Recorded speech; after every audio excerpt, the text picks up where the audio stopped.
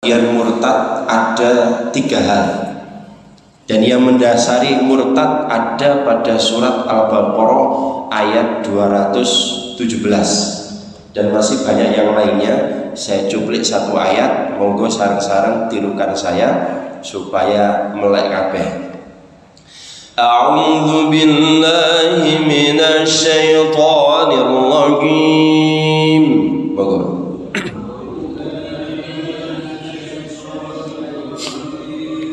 Bismillahirrahmanirrahim. Wa man yartadid minkum 'an dinihi fayamut wa huwa kafir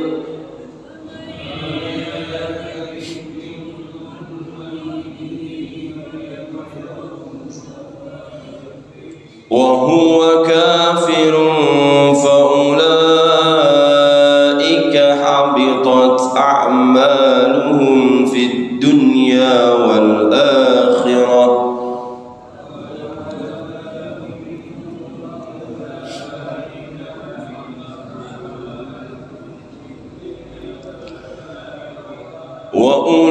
وأولئك أصحاب النار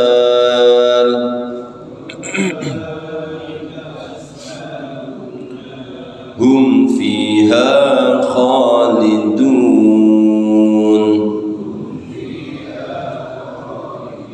Shadaqallahul azim.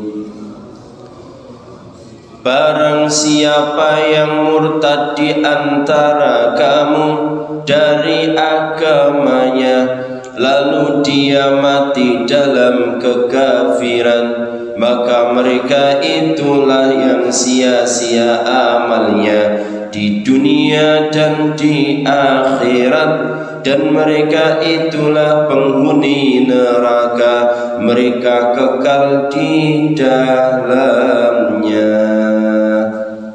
Allah wetengi berhenti sih. Alhamdulillah. Pun murtad niki wonten 3. Pertama inggih menika murtad secara akidah. Kalau dalam kitabnya namanya murtad i'tiqadiyah. Orang yang murtad secara akidah sudah keluar dari Islam karena tidak lagi meyakini konsep keimanan dalam Islam. Dewis belas, gak percaya belas, gak yakin belas. Misalnya ia melakukan salah satu dari 6 rukun iman dalam Islam. Jadi contohnya Gusti Allah itu ono to gak? Nah itu contoh. Nah seperti itu termasuk kategori dia wis gak iman nang Gusti Allah, gak rukun imannya gak yakin nang Gusti Allah, maka dia termasuk kategori murtad i'tiqadiyah. Tidak lagi percaya terhadap pahala atau dosa belas. Wah gak percaya, gak mungkin ono ganjaran, dosa gak ono. Itu namanya murtad dan lain sebagainya. Orang yang murtad secara akidah menghalalkan perilaku yang sudah diharamkan oleh agama, seperti zina, mencuri, perampokan, termasuk tidak sholat. Tidak sholatnya itu percaya bahwa sholat gak penting dan itu bukan kewajiban. Nah itu namanya dia kategori murtad i'tiqadiyah. Tapi nek masih percaya bahwa sholat itu kewajiban, cuma dek ancene long bolong, beda. Termasuk dosa besar. Tapi nek sudah tidak percaya kewajiban, berarti ini dia kategori orang yang tidak punya keyakinan bahwa sholat adalah wajib. Tidak berzakat, ya zakat gak zakat, padahal kalau di total kualitasnya ada, dan lain sebagainya. Di masa silam khalifah pertama yaitu Abu Bakar As-Siddiq memerangi golongan orang-orang yang menolak membayar zakat. Zaman dulu itu diperangi, yang orang-orang yang tidak mau bayar zakat diperangi betul. Ya tanda kutip diperangi, ya kalau tidak mau ya dibunuh zaman dulu. Termasuk sekarang alhamdulillah programnya Pak Eri di Surabaya ini, itu beliau seluruh PNS di jajaran Surabaya langsung gajinya dipotong 2,5% sebagai bentuk zakatnya. Awal-awalnya ya ditentang, sampai sempat beliau mau dilaporkan, sudah diproses, tapi kemudian dalam prosesnya hanya begini menyampaikan Pak Eri, wong dijak apik kok moh, mau dijak apik kok moh, toh inilah kembali pada orangnya sendiri. Lambat-lambat laun dan itu menjadi kebiasaan, akhirnya banyak yang menikmati dan semuanya senang. Ternyata dari hasil zakat yang diambil dari seluruh PNS di Surabaya yang ikut di Pemkot 2,5% itu hasilnya luar biasa, termasuk mendapatkan Basnas terbaik se-Indonesia adalah Surabaya. Itu luar biasa, barokahnya dipotong 2,5%. Soal al-germeng itu biasa, al-germeng itu biasa. Jadi kebaikan itu umumnya nek wong punya iman itu ya insya Allah nerima dengan totalitas. Tapi nek ternyata orang itu kadang imannya kurang, ya gak pas. Makanya kita memuaskan orang itu sulit.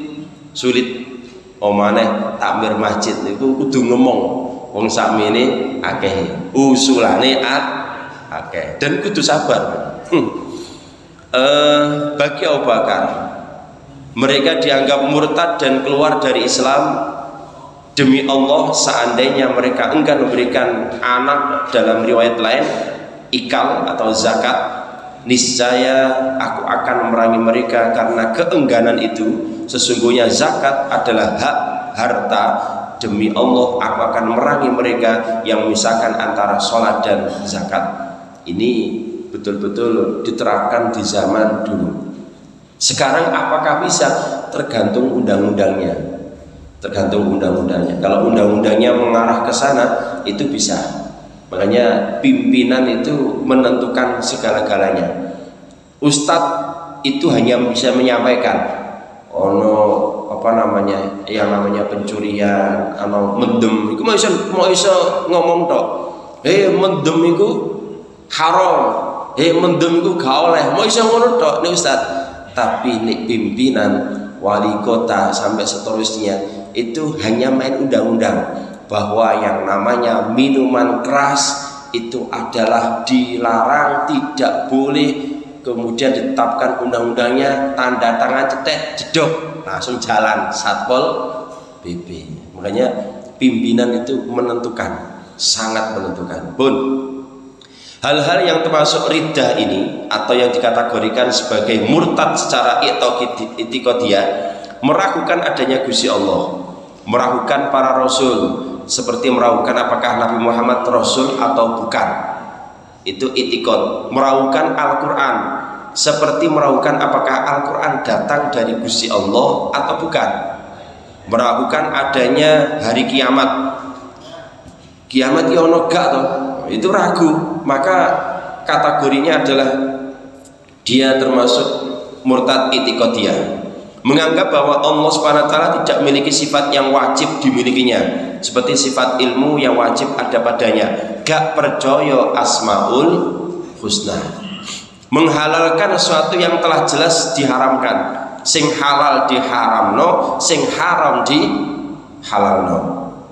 Oh gak apa-apa, gonta-ganti bojo gak apa-apa. Nah ini padahal hukumnya haram. Oh gak apa-apa minum minuman keras, zina itu gak apa-apa. Itu berarti kategori dia adalah murtad i'tiqadiyah. Yang berikutnya masih banyak contoh yang lainnya, termasuk menghina, menjelekkan Rasul dan mengubah isi Al-Quran. Al-Quran dirubah dengan sendirinya, itu juga kategori murtad. Termasuk menghina istri Nabi, itu juga murtad. Jadi beberapa aliran-aliran itu kadang ada yang sampai kategorinya tidak suka dengan istrinya Nabi, maka ini juga dikategorikan sebagai bentuk murtad. Ada aliran-aliran seperti itu, tapi seperti contoh Syiah, tidak semuanya Syiah. Ada Syiah itu yang mirip-mirip dengan NU ada, tapi ada Syiah yang memang tidak percaya, hanya percaya kepada Sayyidina Ali. Biasanya tanda Syiah ini yang kelihatan, makanya yang sudah ada kita seperti ini itu sudah benar. Kalau dalam Syiah, aliran Syiah itu Shadaqallah itu tambahi Shadaqallahul Aliyul Adzim, itu Syiah khusus, maka tidak usah melok itu, terus yang umum saja Shadaqallahul Adzim di antaranya. Pun yang kedua, murtad perbuatan atau murtad yang namanya fi'aliyah. Orang yang keluar dari Islam karena murtad perbuatannya dilakukan dengan melanggar perintahnya Gusti Allah dan menyimpulkan dirinya bukan bagian dari Islam. Sebagai misal contoh menyembah berhala, otomatis menyembah berhala itu kategorinya total murtad. Menyembah matahari, menyekutukan Gusti Allah, ono sing luwih hebat timbang Gusti Allah dalam kategori tertentu karena ini punya pemaknaan khusus, dan terang-terangan melakukan hal-hal yang bukan bagian dari budaya Islam yang kadang memang bertentangan, itu juga kategorinya bisa dikategorikan murtad. Orang yang murtad akan melakukan tindakan di atas karena kesadarannya sendiri, bukan karena tidak tahu atau kebodohan. Nek tidak tahu tidak apa-apa. Jika ia tidak tahu atau dalam keadaan terpaksa, maka tidak bisa dikategorikan murtad. Dipaksa panjenengan seumpama, tapi moga-moga tidak terjadi. Ono pimpinannya itu adalah kafir seumpama. Kalau pimpinan kita semuanya alhamdulillah dari calon 3 itu semuanya orang Islam, rata-rata punya iman yang kuat semuanya. Nah, seumpama ada pemimpin kafir, terus panjenengan harus mau tidak mau kudu melok kafir. Lah itu kalau kemudian hanya tingkah laku saja, hati ini karena kepeksa nuruti pimpinan seperti itu, maka bukan murtad, dan Gusti Allah insya Allah memaafkan karena dalam kondisi terpaksa. Tapi kalau tidak terpaksa, jenengan yakin, beda lagi. Pun sekarang murtad ucapan atau qauliyah. Orang yang murtad karena ucapannya dapat terjadi jika ia menghina nama-nama Gusti Allah yang Asmaul Husna, menjelekkan Al-Quran, tergesa-gesa menuding orang lain kafir kepada sesama muslim, dan ucapan yang merendahkan keyakinan Islam. Hal ini contohnya mengatakan kepada sesama muslim, "Hai kafir." Jadi wong Islam dilonong, "Hai kafir," "Hai Nasrani," "Hai Yahudi," atau "Hai orang yang tidak beragama," dengan maksud bahwa orang tersebut adalah kafir, Yahudi, Nasrani, atau ateis. Kalau memang ada buktinya dan bisa dipertanggungjawabkan, aman. Tapi kalau tidak ada, hati-hati. Menuduh orang lain itu nanti bisa ndadekno tuduhane balik nang awake dhewe. Allahumma shalli ala sayyidina Muhammad. Yang berikutnya, mengatakan ketika Gusti Allah memerintahkanku sesuatu, maka aku tidak akan mengerjakannya. Konsolat, semua aku, itu nantang betulan, beda. Itu kategorinya sudah murtad ucapan. Mengatakan perkataan yang menghina Nabi atau malaikat, itu kategorinya juga bentuk murtad qauliyah. Konsekuensinya orang yang murtad seperti ini itu semua amal ibadahnya dihapus. Maka di ayat 217 ayat surat Al-Baqarah, orang yang punya amal terus kemudian jadi kafir atau murtad, maka amal ibadahnya sia-sia di dunia sampai akhirat.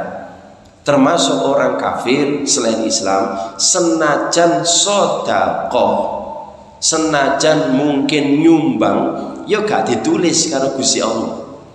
Ya nyumbang menae. Cuma sumbangan itu dibalas sama Gusti Allah. Di mana? Di dunia. Di akhirat tidak akan mendapatkan sesuatu dari balasan itu. Karena apa? Dia tidak punya ijazah. Tidak punya ijazah.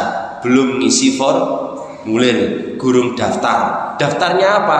Ngucapno asyhadu alla ilaha illallah wa asyhadu anna muhammadar rasulullah. Itu baru daftar yang digedok tenanan, nanti akan muncul yang namanya ijazah.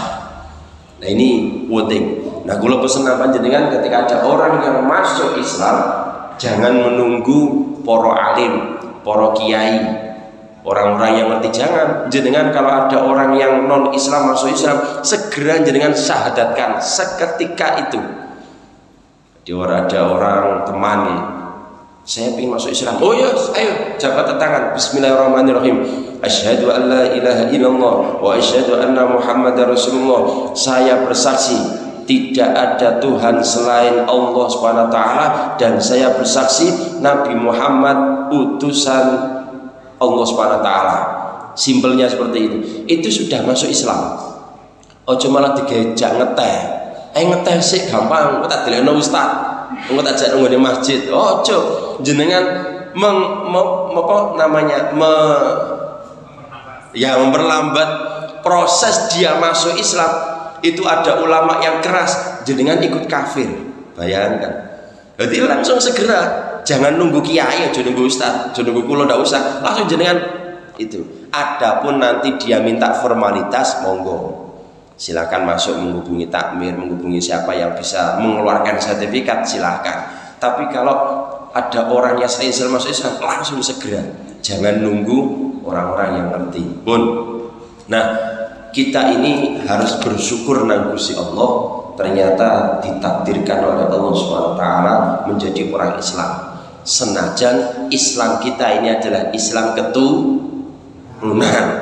Lah Islam keturunan itu biasanya ya senang-senang ya. Kadang tidak begitu banyak perkembangan. Beda dengan orang Islam yang pernah murtad, dalam artian orang non Islam masuk Islam itu biasanya Islamnya luar biasa, bau banter. Karena mereka mengejar kekurangan dan keterlambatan dalam masa hidup. Biasanya banyak contoh-contohnya sudah ada banyak. Nah kita ini kadang biasa dijak ngaji bola balik ya lanjut, dijak sholat khusyuk ya ngono. Pas pertama iso nuwange sore ngono balik maneh ya gak apa-apa. Anjene jenenge menung. So makane ngaji ini dalam rangka ngeces. HP pun perlu dicas. Tidak hanya HP, kita pun juga demikian perlu dicas. Maka tiap ngaji itu kemudian dimaknai, difahami, nek saged dipraktekno. Ojo mlebu kuping tengen, metu kuping kiwa. Itu dulu zaman saya ngaji dulu. Kalau sekarang ndak, masuk telinga kiri, metu telinga kiri. Atau mau masuk telinga kanan, keluar telinga kanan, mantul saking kakeane Allahumma sholli ala sayyidina Muhammad. Nah, yang jadi masalah kalau ada orang itu sudah proses berakidah, proses Islam, terus kemudian nikah, ya kan ya? Saat ini kadang banyak, makanya jenengan kalau menikahkan putra putrinya atau jenengan menikah sendiri, itu lihat bibit bobot bebet, itu harus dilihat. Kalau emang orang itu betul-betul masuk Islam, ya silakan, monggo jenengan mong tenanan, dijak ibadah tenanan. Tapi ini jenengan nggak kuat, hati-hati, karena kadang ada orang itu modeli Islam, mari ngono suwe-suwe masuk selain Islam, alias terkenal dengan kristenisasi. Ya itu kadang seperti itu. Nah, bagaimana hukumnya ketika orang itu proses Islam, terus kemudian dalam perjalanan hidupnya ternyata dia murtad, khususnya yang laki-laki. Kalau yang perempuan masih banyak ulama yang memperaman dalam proses pernikahan itu, alias nikahnya masih aman. Tapi kalau yang laki-laki itu ternyata kok murtad, maka para ulama menghukumi nikahnya bisa batal alias tidak sah. Dan ulama memberikan toleransi ketika dalam proses pernikahan kok ternyata laki-lakinya murtad, ditunggu 3 bulan. Ditunggu 3 bulan. Nek 3 bulan balik Islam berarti nikahnya masih aman. Tapi kalau selama 3 bulan ternyata tidak balik Islam, maka pernikahan itu otomatis batal dan harus mengajukan fasakh, tuntutan bahwa pernikahan itu adalah kategori batal. Ini penting untuk difahami dalam proses pernikahan. Jangan sampai kemudian lho iki lah bojoku akhirnya kumpul dan itu menjadi proses anak dilahirkan dalam proses perzinahan karena nikahnya sudah batal kalau memang melebihi 3 bulan. Tapi kalau masih dalam proses 3 bulan dan dia balik, maka nikahnya masih aman. Termasuk nanti ketika proses pembagian waris, jika memang murtad, orang tua meninggal dunia, terus kemudian anaknya ada yang murtad, gak komanan warisan, otomatis kepedot dengan sendirinya. Itu kalau proses hadiah atau wasiat beda lagi. Jadi sebelum meninggal dunia terus kemudian dikasih hadiah atau wasiat, ini nanti jatahmu, itu beda. Itu pemberian dari orang tua. Tapi kalau nanti sudah menjadi warisan, harus dihitung secara yang ada. Dan yang orang membunuh, orang yang murtad itu tidak komanan warisan. Ini penting difahami. Dan orang murtad ini termasuk dosa besar. Apakah akan diampuni Gusti Allah? Diampuni jika tidak dibawa mati. Nek dibawa mati, otomatis murtadnya dikategorikan tidak akan diampuni Gusti Allah. Oh, dibawa mati. Tapi nek sebelum meninggal dunia kok dia tobat balik nang Islam, maka ini dikategorikan muga-muga disepuro Gusti Allah. Nah, kasus yang terjadi lagi, jika ada orang Islam murtad terus Islam, yang jadi masalah bagaimana ibadahnya. Ibadahnya bagaimana? Jadi seumpama dalam proses Islam kait cilik kawit mulai lahir sampai besar itu adalah Islam. Terus kemudian dalam proses 2 tahun dia murtad. Dalam proses 2 tahun dia murtad, kemudian masuk Islam lagi. Ibadahnya bagaimana? Sepakat para ulama kalau demikian dia pernah Islam, murtad, balik Islam maneh, maka ibadahnya selama 2 tahun kudu diqodhoi. Karena pernah dia merasakan Islam. Kecuali kalau dari awal kafir, beda lagi. Awal kafir langsung masuk Islam itu langsung disepuro Gusti Allah total. Tapi kalau sudah pernah merasakan Islam, maka dia harus diproses dalam artian sholatnya, terus kemudian puasanya kudu diqodhoi. Ini sebagai pengetahuan fikihnya. Yang murtad ada 3.